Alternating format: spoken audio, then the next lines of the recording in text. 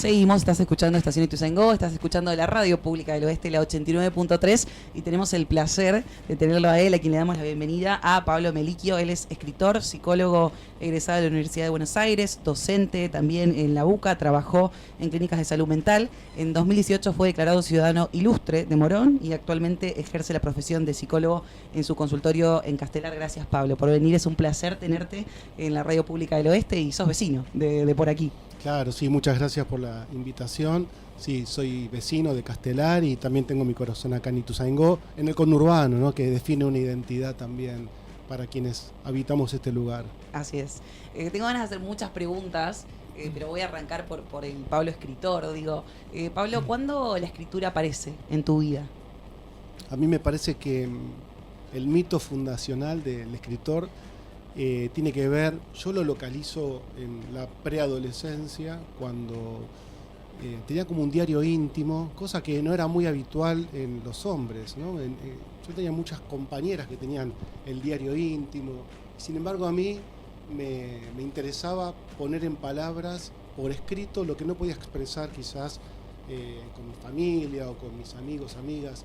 Y murió mi abuelo cuando yo tenía 12 años y ahí hice un poema, ¿no? Puse la palabra abuelo y a partir de ahí empecé como a armar una suerte de poema y ahí comprendí muchos años después la importancia del arte para mí y para todas las personas que pueden hacer arte o confrontarse con el arte como una forma de sanación interior también. Yo hoy ejerzo la profesión de psicólogo, pero también siempre desde el arte creo que hay algo así como una suerte de arte terapéutica que siempre recomiendo y que después si querés hablamos, pero digamos que entiendo que a partir de los 12 años se empieza a gestar, no el escritor, ¿no?, pero sí quien necesita poner en palabras ese mundo interior y después yo creo que escritor ya tiene que ver con profesionalizar el hecho de escribir, digamos, todas podemos escribir, pero después ser escritor tiene que ver con ya un trabajo que es mucho más complejo que escribir.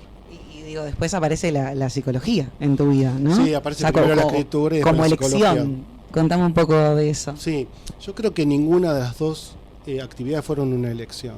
Creo que fui tomado por una vocación, que no es lo mismo, ¿no? Yo no elegí ni ser escritor ni ser psicólogo. Fueron dos actividades que me tomaron, ¿no? La psicología, yo ya en el secundario estudié en Palomar, en el Rivadavia Palomar, hice desde jardín, primaria, secundaria y universidad en el Estado, defiendo fuertemente el Estado. En el secundario, en el Rivadavia Palomar, fui el delegado de mi curso, formé el primer centro de estudiantes del colegio y yo ayudaba siempre a mis compañeros y compañeras que estaban mal, pero muy espontáneo. Siempre que tenía algún problema me venían a contar lo que les pasaba. Me acuerdo que un chico, Gustavo, dejó de ir al colegio y cosa muy rara que hoy no podría pasar porque creo que tiene que ver con otro momento social, pero yo tenía 16 años y la directora me pidió si iba a la casa de mi compañero a ver por qué no estaba viniendo al colegio. Y fui y bueno, estaba pasando un problema familiar y volvió al colegio.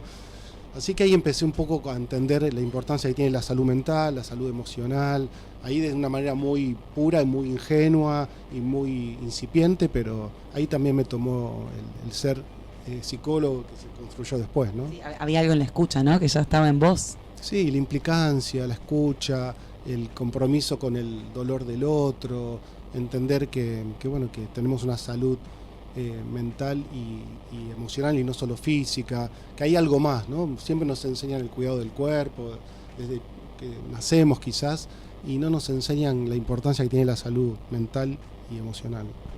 Total. Y también digo, hay algo en tu escritura que necesariamente tiene que ver con la memoria. Digo, me quiero meter ahí porque me parece que es muy valioso escribir sobre memoria. Por supuesto que antes de preguntarte lo que te vamos a preguntar todo, por Norita, por todo, quiero preguntarte por qué, Pablo, elegiste escribir sobre memoria. Y quizás por esto mismo que te planteo, que me parece que una cosa es escribir una novela, que está bien, tengo algunas novelas, pero en algún momento sentí que había que trabajar un poco más con la memoria. De hecho, en psicoanálisis, cuando un paciente viene al consultorio, no hay sanación sino es a través de la memoria. Mucha gente quiere y te dice, bueno, quiero una terapia breve, no quiero meterme en el pasado. Y digo, bueno, entonces no es en este consultorio. Imposible una sanación, una curación, una resignificación de tu vida si no vas a tu historia personal, social, ¿no? Recién cuando me preguntabas al inicio decía, bueno, yo soy parte del conurbano, no es lo mismo vivir en Castelar que vivir en Capital o vivir en Chaco. Digamos, nos define, ¿no?, un lugar, una familia, lo que nos pasa en la vida. Eso que vi en el consultorio, dije, tengo que ponerlo también en los libros, ¿no? Entonces, en un momento empecé como a pensar en otro tipo de literatura, o me atrapó otro tipo de literatura, y bueno, y ahí surge, creo que el primer libro fuerte de memoria, que es el de Norita, y después el lado Norita de la vida, que salió en el 2019. Después que terminé el de Norita, me surgió el tema de Malvinas, y empecé a entrevistar veteranos. Digamos, todos los libros, el de Norita, el de Malvinas y el último, que es con Adolfo Pérez Esquivel, nuestro Premio Nobel de la Paz, fueron entrevistas. Por lo tanto, también se ejerce ahí un poco la articulación entre el escritor y el psicólogo, porque eran preguntas, entrevistas, ir a las casas, ir a la casa de Norita, ir a la casa de los veteranos, o que los veteranos vengan a mi consultorio, ir a la casa de Adolfo Pérez Esquivel, y construir lo que yo digo, libros hablados, ¿no? No más que son libros que si vos lo lees, te das cuenta que hay un diálogo que lo que intenta es rescatar las voces de estas figuras determinantes de la historia argentina. Y digo que, wow, esas charlas con Norita, digo, que recordás de esos momentos, de las experiencias, de lo que habrá quedado plasmado, lo que no. Realmente habrá sido un placer poder compartir tanto tiempo con ella, ¿no? Sí, fue muy fuerte, y más ahora que acaba de fallecer, como que también me resignifica ese momento, me moviliza mucho cada vez que paso por la esquina de su casa. Yo estoy a 3 cuadras de su casa, yo vivo en Alem y Chivilcoy, y ella vivía en Alem y Lobos. Yo la veía muchas veces, hace muchos años, en la parada del colectivo o en la estación de Castelar yendo para 11, y conocía su posición política, su posición social, su figura social, su lugar de madre, pero era alguien a quien yo nunca había frecuentado. Me toca atender a una paciente prima de Norita, y le mando a Norita una novela que tengo que se llama Las voces de abajo, que tiene que ver con la dictadura. Está situado acá en Moreno esa novela, y es una novela donde un chico con capacidades diferentes se conecta con desaparecidos que están enterrados porque tiene ese don. Bueno, es una novela que se construye a través de la discapacidad y desaparecidos, desaparecidas, y digamos ese es el nudo de la novela. Y Norita leyó el libro y me quiso conocer. Entonces ahí empezó como la magia de que Norita había leído la novela, me invitó a su casa. Empecé a ir 1 o 2 veces hasta que dije, tengo que hacer un libro con Norita. Ahí cayó la manzana y dije, esto es lo que tengo que hacer. Se lo propuse, y Norita solo me puso una condición. Me dijo que sea un libro psicológico. No quería una biografía, no quería un libro, digamos, de información, y termina siendo un libro sumamente profundo y que va a tener, yo creo que cada vez más lectores y lectoras que quieran entrar en la casa de Norita y en la historia de Norita, y tiene que ver con esto, con la intimidad de una madre de Plaza de Mayo tan determinante, que trascendió la búsqueda de su hijo desaparecido, de Gustavo, y que tuvo que ver con la lucha, con 1000 luchas, ¿no? Desde el feminismo, desde los docentes, de cualquier injusticia. Bueno, una gran enseñanza para mí eso, ¿no? Digo, poder escucharla y poner en palabras su vida en ese libro de diálogo, ¿no? Que es un libro muy psicológico también, no solamente político, social, ¿no? Y ahí aparece un poco la otra personalidad importante, digo, ese prólogo con Adolfo Pérez Esquivel. Leía un poco, te escuchaba, digo, y hay algo que me quedó también un poco del libro de Adolfo, que también habla mucho sobre la realidad y sobre todo lo que estamos viviendo. Te quiero preguntar por algo que leí de humanizar la revolución. Como psicólogo, Pablo, digo, ¿cómo ves este tiempo que estamos viviendo? y quede ahí también en tus últimos escritos respecto a cómo estamos viviendo, ¿no? Y digo, de cara a cómo pensar en el futuro, a partir de todas las escuchas que tenés vos todos los días en tu consultorio, desde las personalidades hasta nuestros vecinos, todos, digo, ¿cómo ves lo que estamos viviendo? Y por eso termino después haciendo un libro con nuestro Premio Nobel de la Paz, porque en realidad cuando termino el libro de Norita le digo, ¿quién te parece que nos puede hacer un prólogo al libro? Y ella me dice, Adolfo Pérez Esquivel. Otro, yo tampoco había tenido contacto con él y la vida me fue presentando personas maravillosas y enseñanzas increíbles. Lo llamo Adolfo, me cita también en ese momento a su estudio, creo que en el CERPAG, en el Servicio de Paz y Justicia. Y enseguida me dice, sí, Pablo, ¿cómo no voy a hacer pero no un prólogo, me hizo una carta abierta. En el lado Norita de la Vida, la puerta de ingreso al libro es esa carta abierta de Adolfo al libro, y habla de Norita, y habla de mí, y habla del trabajo que hicimos con Norita en ese libro. Después hicimos una presentación en el 2019 en el Centro Cultural de la Cooperación, y presentamos el libro con Norita y yo, y con un montón de artistas que nos acompañaron, Gabo Ferro, que después al tiempito murió, Esteban Morgado, Lidia Borda, bueno, de acá vino Mati de Brasi a pintar en vivo. Bueno, fue una fiesta la presentación de ese libro. Bueno, después vino la pandemia y todo lo que sabemos enseguida. Hicimos muchas presentaciones con Norita. Y bueno, después viene el libro de Malvinas, y cuando sigo pensando en la memoria, en el país y en el momento, en relación a tu pregunta, dije, tengo que hacer un libro con Adolfo Pérez Esquivel.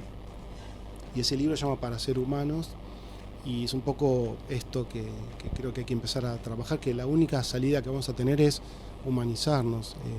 Por eso el libro encontró ese título, Para Ser Humanos, porque creo que el mayor problema que tenemos es la cosificación del ser humano, esta derecha actual donde el ser humano es un número, es una estadística, donde sigue habiendo pobreza, donde se desfinancia hospitales, programas de salud mental.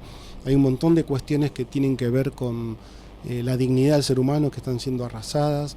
Es un libro que sale justo, acaba de salir en marzo, y esa es la propuesta, ¿no? En todo el libro, más allá que recorre la historia de Adolfo antes y después del Premio Nobel de la Paz, en nuestros diálogos aparece la resistencia cultural que hay que tener desde el psicoanálisis, desde la espiritualidad, desde el arte, encuentros reales, ¿no? Porque también el mundo virtual pues, no nos permite este diálogo que estamos teniendo acá, todos juntos, ¿no? y estableciendo miradas y sin apuro, ¿no? Porque se está viviendo con un gran acelere y mucha distracción. Entonces, en ese gran acelere y en esa gran distracción, lo que se pierde es el sentimiento humano, que es lo que hay que recuperar. Hay una carta, siempre la nombro, entre Freud y Einstein, que analizan el porqué de la guerra. Y la carta lo que termina diciendo es que la única salida para que no haya guerras y tanta violencia es recuperar el sentimiento. Nos olvidamos de que sentimos y que somos diferentes, porque vos tenés una historia personal, sos más joven, sos mujer, y yo soy más grande que vos y soy hombre, y otras diferencias, pero en el fondo tenemos sangre, tenemos un espíritu, tenemos ganas de ser feliz, porque hasta la persona que más mierda y perversa y jodida, es como el yin y el yang, debe tener un puntito blanco, ¿no? Entonces hay que ayudar eso, ¿no? a rescatar el aspecto humano que a veces queda tapado porque también hay muchos discursos de odio y hay muchas violencias cotidianas. Entonces ese es el objetivo de Para Ser Humanos, y esto que decíamos, la revolución es humanizar. Y en el libro Adolfo cuenta algo, que es que un día está con la Madre Teresa de Calcuta, y en una reunión donde había muchos presidentes y gente muy importante, y que estaba como media perdida la Madre Teresa, y Adolfo le pregunta, madre, ¿qué te pasa? Y dice que después de un silencio dijo, yo solo entiendo que hay que poner el amor en acción. Entonces me parece que esto es buenísimo. Pablo, voy a hacer una pregunta cliché, pero a mí me gusta hacerla porque como vos decís, como vivimos hoy, digo, cuesta también que, sobre todo chicos y chicas, se tomen ese tiempo para sentarse a explorar el arte, para hacer cosas que no tengan que ver con la tecnología. ¿Qué representa para vos la escritura? ¿Qué es la escritura en tu vida? Sí, es una biblioterapia. Me parece que poder sacar tu mundo interior, primero es un proceso personal. ¿Sí? Yo nunca pienso en un libro, empiezo a escribir y de hecho tengo un montón de textos ahí, como Fernando Pessoa, en un cajón lleno de cosas ahí que no sé qué significan. Y primero es un proceso personal, algo que necesito yo es sacar de mi mundo interior o pensar, y después puede construirse un libro. En ese proceso de sacar el mundo interior, que es lo que siempre recomiendo, no todas las personas que puedan escribir o poner en palabras. A mí me es más fácil escribir, pero a veces también necesito juntarme con alguien y escribir hablando, ¿no? Es decir, pensarme o pensarme en relación al otro. Y después la lectura, ¿no? La lectura es un fenómeno que te amplía mucho la imaginación. Los libros son memoria también, ¿no? De hecho, no es casual que en la dictadura se quemaron libros y secuestraban a una persona en relación a la identidad que captaban en su biblioteca. Una biblioteca tiene identidad, y si tienes una biblioteca muestra un poco cuál es tu línea de pensamiento. Pero no solo en libros, el arte plástica, la música, la danza, la cultura en el arte es desde la pintura rupestre, ¿no? Nos mostró que el ser humano necesita expresarse, como sea. Entonces creo que todas las personas tenemos que buscar formas de expresarnos y que eso es muy sanador. Por eso creo que muchas veces es terapéutico. De hecho, Freud, una vez a un paciente que estaba con ideaciones suicidas, le presta un libro o le da un libro. Yo, un poco plagiando a Freud, cada tanto hago eso y recomiendo algún libro, o nunca los míos, ¿no? Porque me parece que no corresponde. Pero también pasa que algún paciente, alguna paciente o conocido encuentra un libro mío y le sirve para pensar la historia o para pensarse.